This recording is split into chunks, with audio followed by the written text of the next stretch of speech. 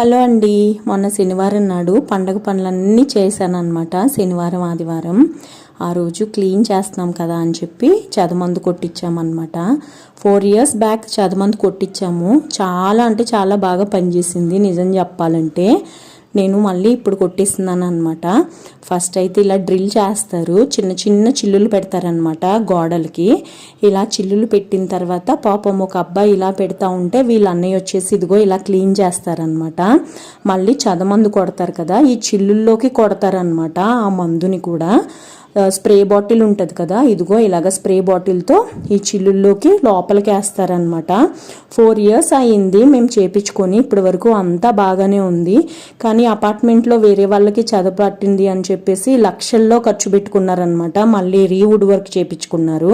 ఇది జస్ట్ వేలల్లో అయిపోతుంది కదా అని చెప్పి మళ్ళీ చేపించామన్నమాట. ఇంకో తర్వాత ఇలా ఫిల్ చేసేస్తారు అంతే అనమాట.